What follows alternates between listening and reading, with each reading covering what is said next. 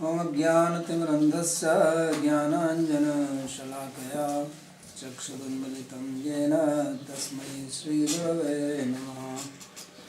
वन्देऽहं श्रीगुरो श्रीयुतपदकमलं श्रीगुरून् वैष्णवांश्च श्रीरूपं साग्रजातं सहगणरघुनाथान्वितं तं सजीवं साद्वैतं सावधूतं परिजनसहितं श्रीकृष्णचैतन्यदेवं श्रीराधाकृष्णपादान् सहगणललिता श्रीविशाखान्वितांश्च। हे कृष्णा करुणा सिन्धो दीनबन्धो जगत्पते गोपेश गोपिकान्त राधाकान्त नमोऽस्तुते। तप्तकाञ्चन गौराङ्गी राधे वृन्दावनेश्वरी वृषभानुसुते देवी प्रणमामि हरिप्रिये।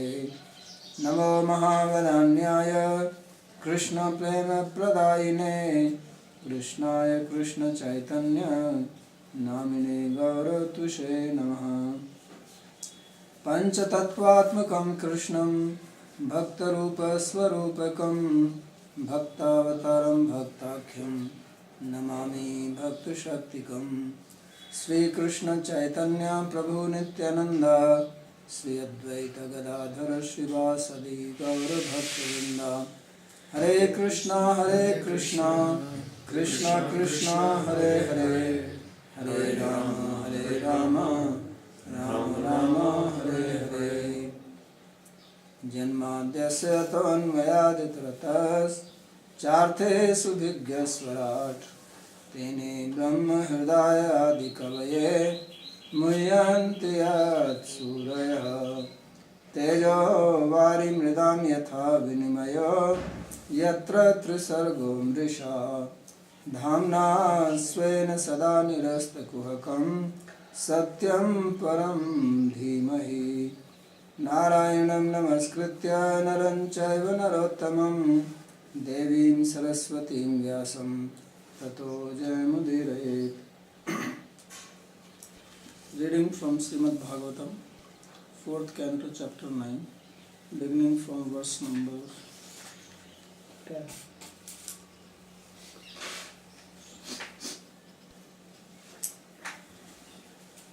So this is a prayer of Dhruv Maharaj to Lord Vishnu, who appeared in the sacrificial arena, and in his prayers he is explaining that how Lord is the one who gives energy to everybody's senses. And he made two distinctions, that senses of devotees and senses of non-devotees. So he said that the senses of devotees, they are inspired by the internal potency, and the senses of non-devotees are inspired by the material energy. So therefore both they perceive things differently. And then he spoke, according to the commentary, that there are 4 types of people who worship the Lord.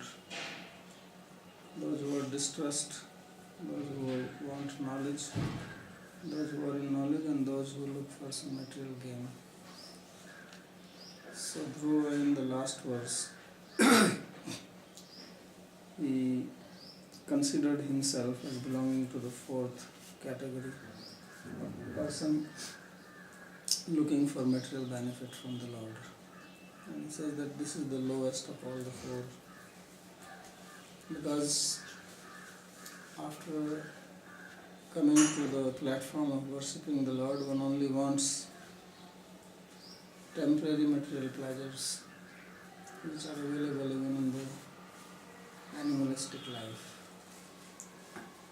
So this is what we read. And he continues to pray.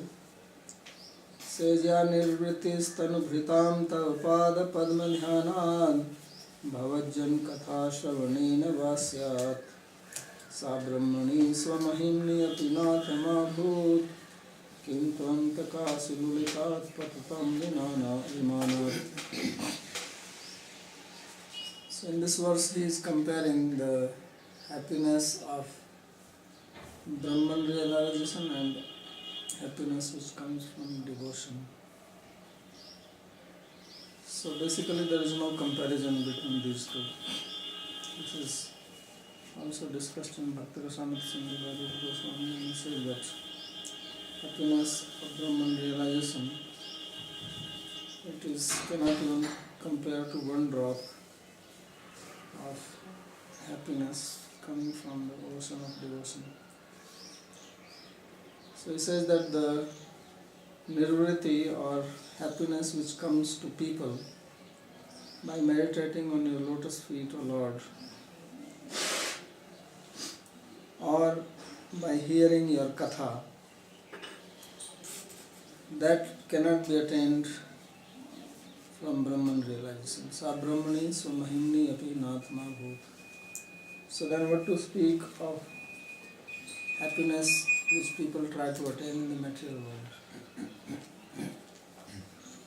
where the sword of death is always hanging. Antakasi lulitat pattam vimanat. If you go to heaven, you fall down from there.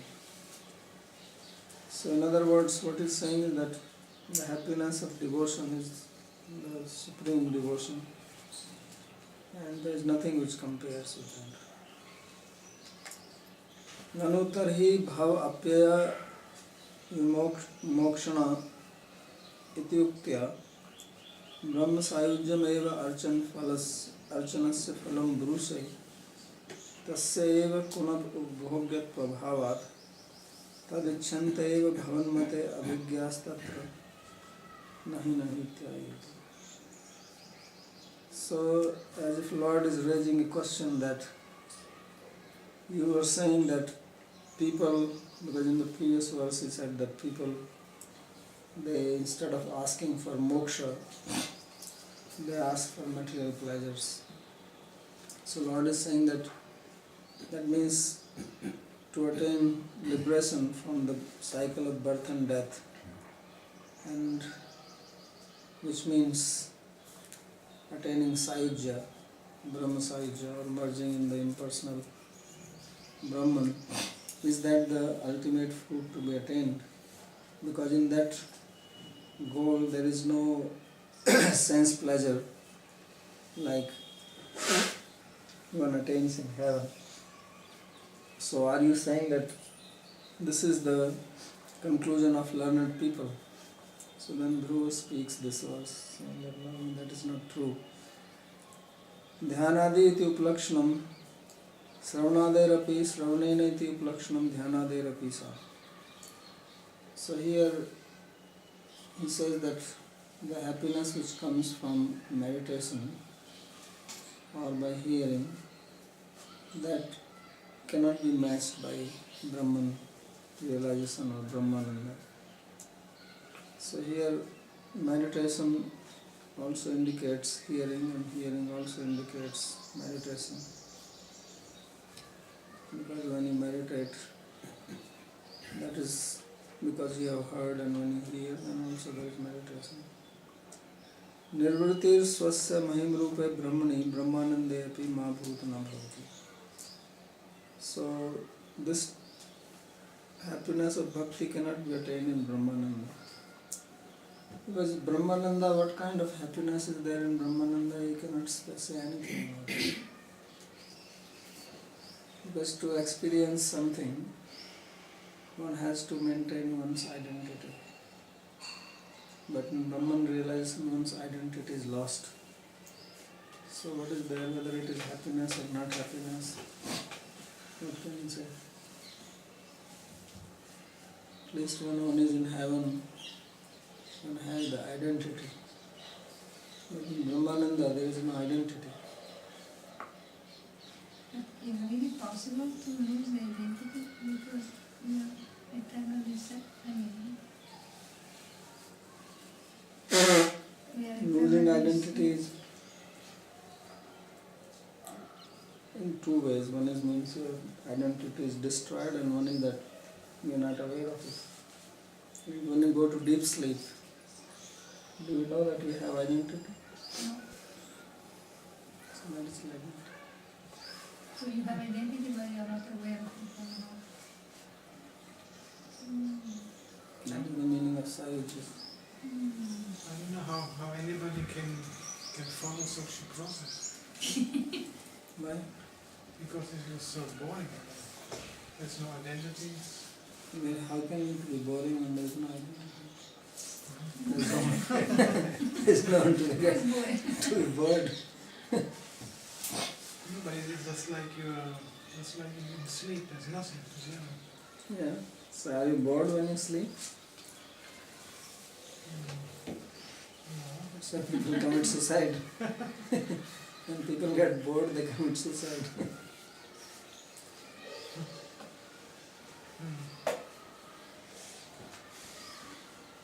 And there's no one to be bored. Bored of what? And who is bored?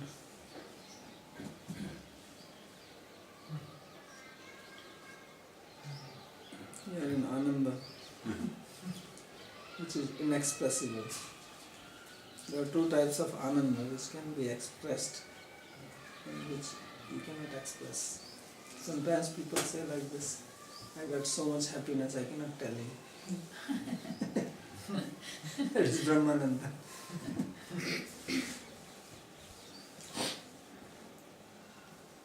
So this happiness of Brahmananda is more like a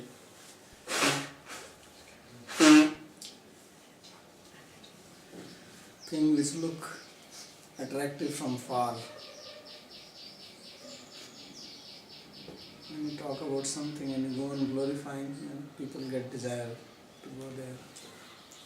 So that's why people talk about it. But nobody knows what it is. So there is nothing you can say about it.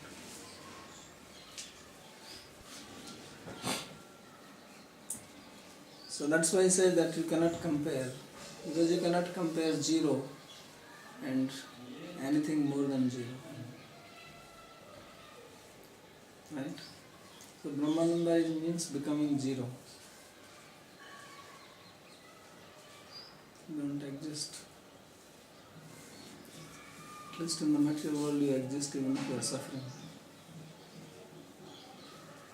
But in this. But this is also attractive to people. They want this also. Mahato bhava mahima tvam mahan tattuta mahatvam sarvvyapakatva lakshano dharme veti tvannishtha yavati nivritti tavati tatra katham vartatamiti bhava. So this word mahima here, mahimni is referring to Brahman. So because it comes from the word mahan, which means great, big, means all pervading. So yavati nirviti stavati tatra katham vartatamiti bhava madiyam mahimanam cha parbrahmeti sabyatam. So Matsdev also told to King Satyavrat that my mahima is called Parabrahma. So mahima is another word for Brahman. So used here. Tatasya antaka asina kalena lulitat vimanat swargiyat pattam nasti iti kimu vaktavyam. So he said that this type of happiness is not available to people in heaven. There is nothing to say about that, because Brahmananda is supposed to be much higher than happiness in heaven. Because happiness in heaven is very flickering, it's very temporary. At least Brahmananda is permanent. You don't come back from it. But from the heaven you come down, therefore it says that there is the sword of death. Once you fall down from your aeroplanes there. And it says that Vimanat Swargiyat Pattam Tatasya Swarga Purgabhyam Adhik अन्यस्यापि फल अश्रवणात् तद्भक्तेर वास्तव फलम तद्भक्तिरेव इति भक्ते स्वतः फलत्वम भक्तानां च निष्कामत्वम्. So there is no other result other than heaven or liberation. People want to go to heaven or they want to become liberated. So if you do bhakti and bhakti is superior to both of them, then what does it mean? It means that there is no other result of bhakti except bhakti. So therefore devotees are niskam. Krishna bhakta niskam ataiva sant.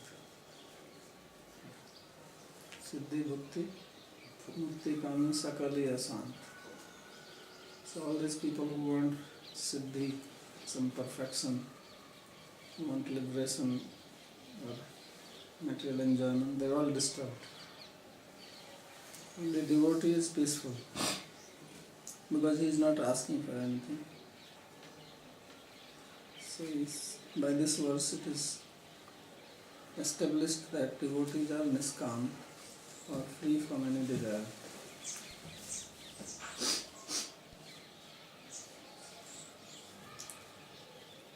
Bhaktim muhu pravahatam tvai me prasango भूयादनन्तमहताम मलाशयानां येनं रसोल्बणं मुरुगसनं भवाब्धिं नेस्ये भवद्गुणकथामृतपानमत्त. So he says that let your bhakti flow again and again, and let me have association of devotees whose hearts are pure, Amalashayana. And then I will become free from all material entanglements. And the soul gunam uruvasanam bhavavni. So he said, then I have no fear of remaining in the material world, because I will be completely intoxicated by the nectar of hearing your stories. So he is not even asking for liberation now. Because devotee is not interested even in liberation, he is happy wherever he is. So sacha Shravana Kirtanadi Mai Bhakti Satsangam Vinana Surasi Bhavati Iti Satsangam Prartha. So earlier he spoke about hearing, because he said Bhavan Pada Padma Dhyana Bhavajan Katha Shravanenava. So he says that this bhakti is not very tasty without good association. So for that reason he prays for the association. So the best thing to be prayed for is the association of devotees. So if you have association of devotees, then what else you want? And without the association of devotees, life is very dry. So he says that even if you do meditation, like he was doing meditation but he was alone, so this is not very blissful. So now he prays for the good association. That's why if you have few devotees, you do kirtan, but if you are alone, then what can you do? So bhaktim tvai pravahatam pravaharupena alshinnam eva dadatam. So let there be flow of bhakti, which means that it is continuous, there is no break in it. Nanhu tarhi sansar dukhabder bhayam te sthasyati eva. So then he said that if you have bhakti like this, still you will have fear of material existence. Okay, I give you bhakti, I give you association of devotees, but what about your material existence? So he says, Tatra Satopam Sabujas Photaman. So with great pride and slapping his arms, he says, don't worry, I will remain here only. Yena mahat sanga balena ulbanamapi bahu vyasan yuktamapi bhavadhim nesya grahasyam. Says if I get the association of devotees, then I don't mind even this terrible material world. I am ready to accept it. And I have no problem. I am not afraid of it. Yadi sa madabhivukham abhyati tada ayatu drakshami kim may kartum sakmiya. So he says that if this material world comes in front of me and challenges me, then I am not afraid. I challenge it back and I will see what it can do to me. Let it come. Kidrisa san bhavad gun katha eva amritam tatvanena matta. So, how it is possible that I can do like this? He says, because I am intoxicated with the nectar of hearing the stories of the Lord. So when a person is intoxicated, then he becomes fearless. Right? Usually when people go on some criminal act, first they drink. I can hurry. You know that? The criminals, if they have to go somewhere, and before doing that criminal act, they have to shoot somebody, or go for a fight, or some robbery or something, first they drink. Because once you drink, then you become fearless. Otherwise these people also have fear. So this is the reason they drink. They get together, they drink, they get intoxicated, then they say, oh, then they can play holy. They are fearless now. So he says, I also become fearless because I am intoxicated by drinking this nectar. So it is spardha avagya dveshadaya sansarika dharma mattam na dukhetu saknuvanti. He says then this envy, insult, hatred, all these materialistic qualities cannot disturb me because I am intoxicated. Someone is intoxicated is beyond all this. Napi mrityur amritam pibantam sprashtum api sakmiyat. And even death cannot trouble me because I am drinking amrita, the ambrosia. Atra satsangotthaya eva bhaktya bhagvantam sakshatkritya api punah satsangasya prarthnat bhakti karanamapi bhakti phalamapi swayam bhaktirapi satsangeti bhaktanam matam vyanjita. So this is a very important statement he makes here.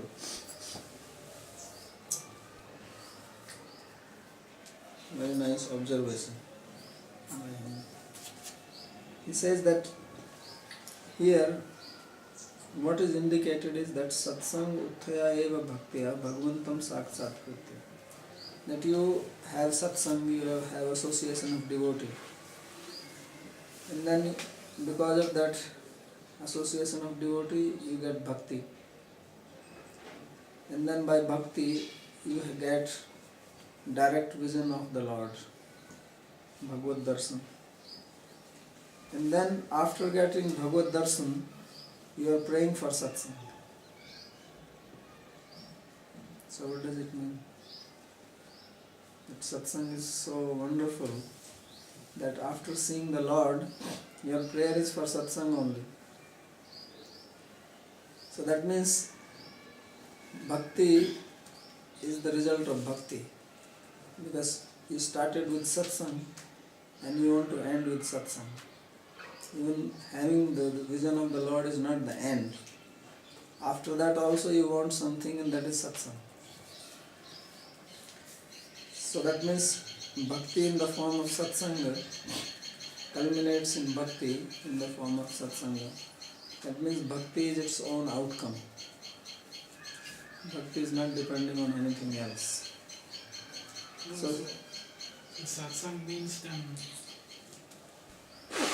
association with the guru or with anybody.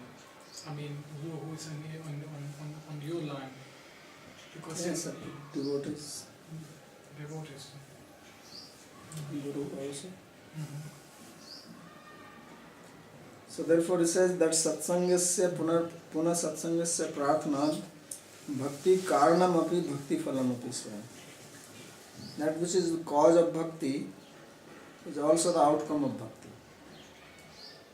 Cause of bhakti is satsang, and outcome of bhakti is also satsang. So karan bhakti phalam api swayam bhakti. Therefore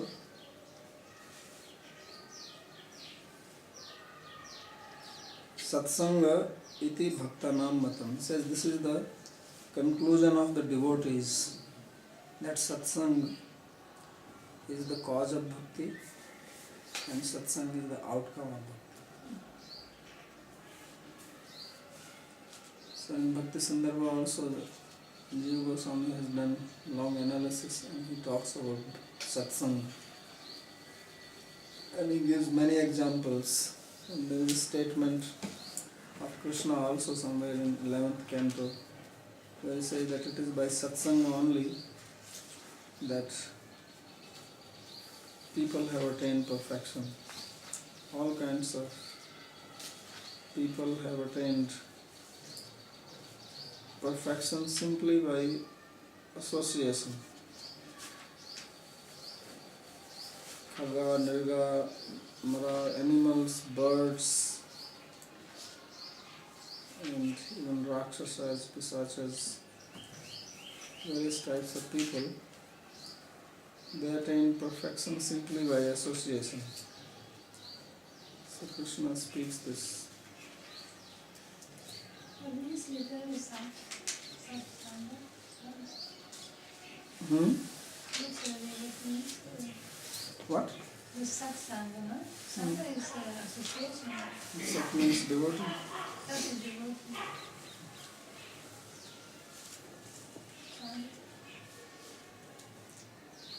So if you see Dhruva, he also got association of Narada. Narada himself tells his story in the beginning of Bhagavatam. I got bhakti by satsang. So there is great importance of this association.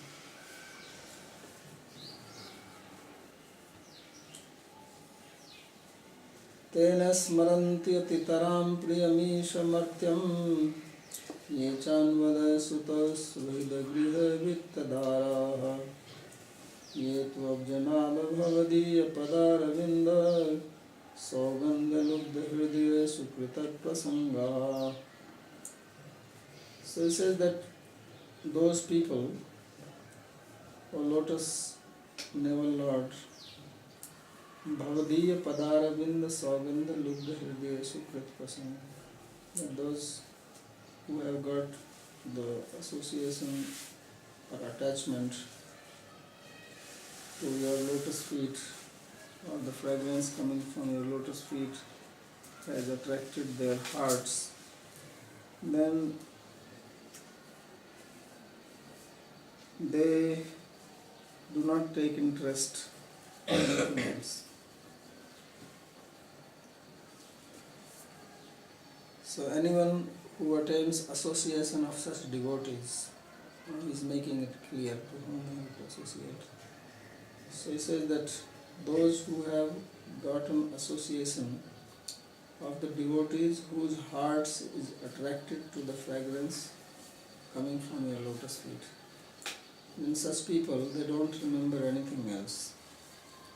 Wife, children, house, relatives, wealth, and all these things do not attract them, means they are not attached to them anymore. They transcend all this.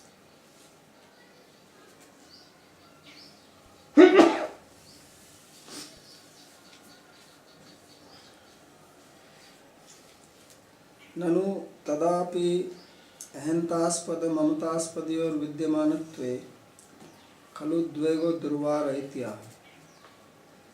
So if someone says that you are saying that you just get the association of the devotees and you can still remain in the material world, you are not afraid. So he says, but you have your body, you have your relatives. So when they are existing, then your mind will be disturbed because of attachment to those things. So then he speaks this verse. Te atitaram priyamapi martyam deham na smaranti nanusannanta. That they don't even concern about their own body, which is very dear. Not to speak of anything else. Natitaram smaranti priyam isham martyam. Most attractive, most dear to anybody is the body, one's own body. There is nothing more dear than that. Everything else is secondary. So they are not even attached to that. ये च अदो मर्त्यमनुलक्षीकृत्य वर्तमान सुतादय स्थानपि केतये भवदयेति. So what to speak of others like children, wife, wealth, etc., which are existing only in relationship to the body.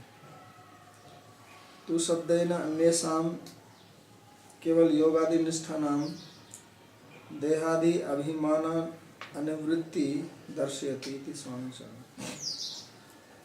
So he is quoting Sridhar Swami, his commentary, that this word tu in this verse, yetu abjanave bhavdiye padaravin, that it is indicating that those who are not following the path of bhakti, those who are following say path of yoga, etc.,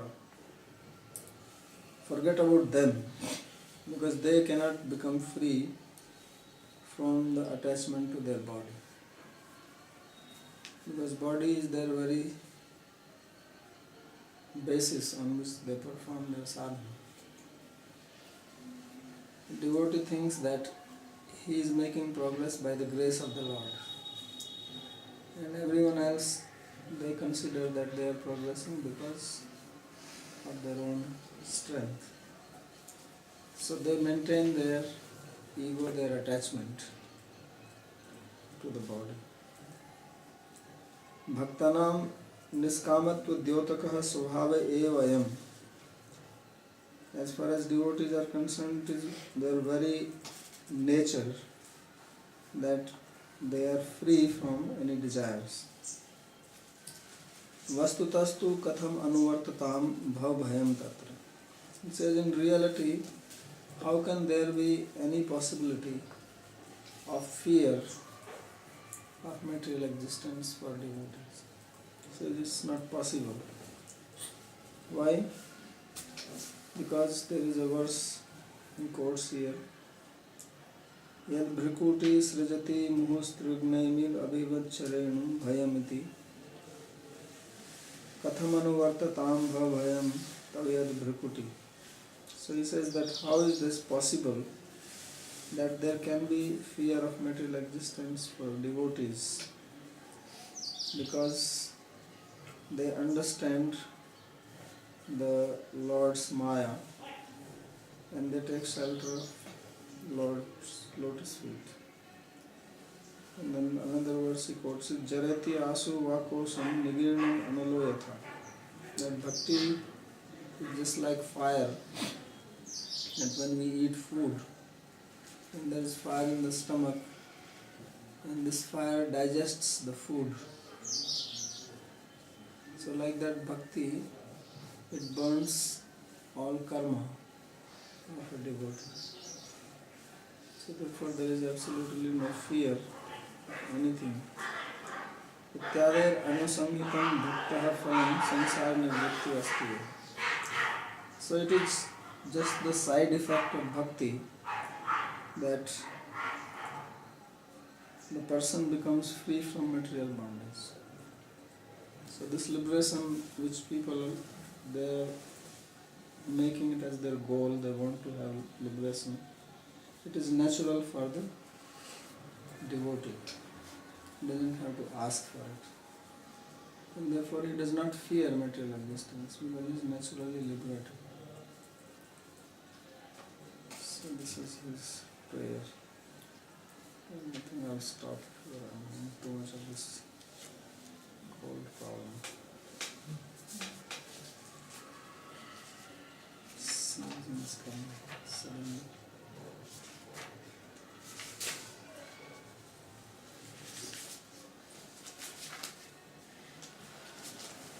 This is the kapha time. I was just thinking